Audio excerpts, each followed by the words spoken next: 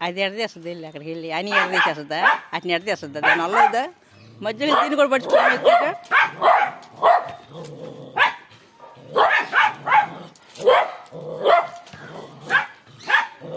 ఎడది దూరం ఉండరు వెళ్ళి ఎడది ఆపు రాజుగాడిని ఆపు ఖుషి అని రాజుగాడిని ఆపు రాజుగాడిని ఆపు ఆపు రాజుగాడిని ఆపు